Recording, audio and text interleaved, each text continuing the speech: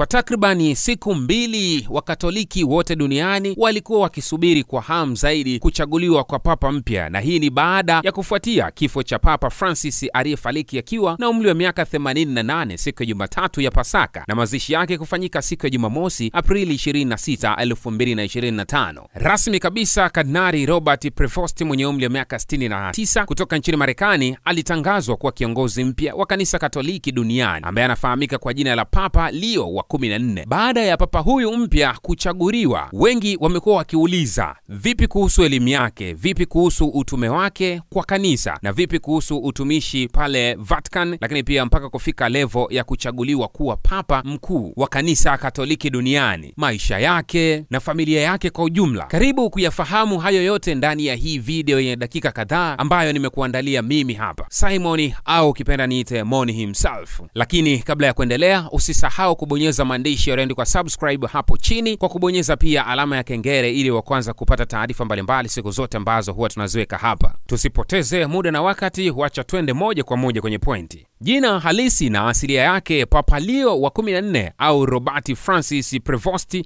alizaliwa mnamo Septemba 14, 1955 huko mjini Chicago, Illinois nchini Marekani, na ni mtoto wa mwisho katika familia ya watoto watatu, baba yake akiwa ni Louis Marius Prevost mwenye asili ya Kifaransa na Kiitaliano, na mama yake akifahamika kwa jina la Mildred Martinez mwenye asili ya Kihispania. Papa Leo wa 14 au Robert Francis Prevost ana kaka zake wawili wakubwa, mmoja ni Louis Martin na mwingine ni John Joseph. Hata hivyo, Papa Prevost ana shahada ya hisabati na falsafa alizopata zote katika chuo cha Villanova University, shahada ya uzamili wa theolojia aliyopata huko Catholic Theological Union Chicago, shahada ya umahiri aliyopata mnamo mwaka 1987, na udaktari wa sheria za kanisa yani JCD aliyopata katika chuo cha Pontifical College of St. Thomas Aquinas Roma. Papa Prevost alitawazwa kuwa padri Juni 19, 1982.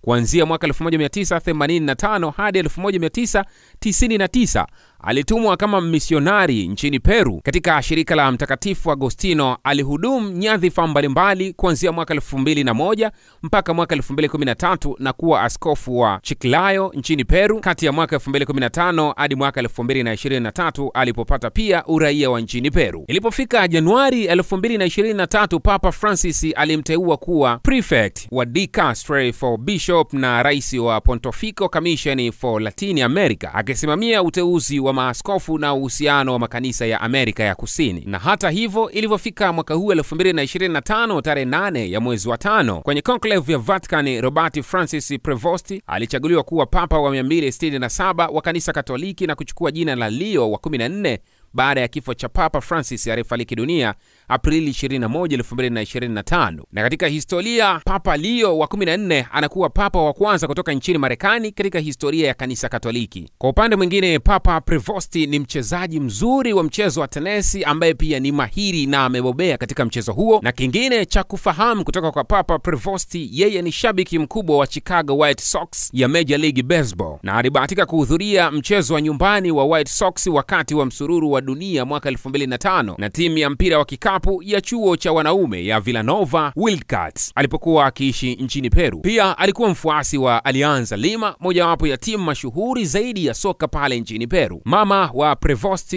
Mildred, alikufa mnamo Juni 18, 1990 na baba yake Louis akafuatia mnamo Novemba 8, 1997. Mbali na kufahamu lugha ya Kiingereza, yeye pia anafahamu Kihispania, Kiitaliano, Kifaransa, Kireno na anaweza kusoma Kilatini na Kijerumani. Baada ya Papa Robert Prevost kuchaguliwa kuwa papa mkuu wa kanisa Katoliki duniani, Rais wa Jamhuri ya Muungano wa Tanzania Daktari Samia Suluhu Hassan alitoa pongezi juu ya uchaguzi huu, na pongezi hiyo ilitolewa kupitia ukurasa rasmi wa mtandao wa Instagram ambao ni Samia_Suluhu_Hassan kwa kuchapisha picha ya Papa Robert na kusindika akasindikiza na maneno yanayosema, na nukuu, pongezi za dhati kwa Kardinali Robert Francis Prevost, Papa Leo wa 14 kwa kuchaguliwa kuwa kiongozi wa kanisa Katoliki duniani. Kwa niaba ya serikali na wananchi wa Jamhuri ya Muungano wa Tanzania, ninakutakia kila laheri katika utumishi wako kwa kanisa na dunia kwa ujumla. Mwenyezi Mungu akusimamie na kukuongoza. Mwisho wa kunukuu. Na hayo ndo machache kati ya yale mengi ambayo tunayafahamu kuhusu Papa Robert Prevost kutoka Vatican. Mimi naitwa Moni himself na hii hapa ni Moni TV, na kusii mtazamaji na mfuatiliaji wa video mbalimbali na taarifa zote,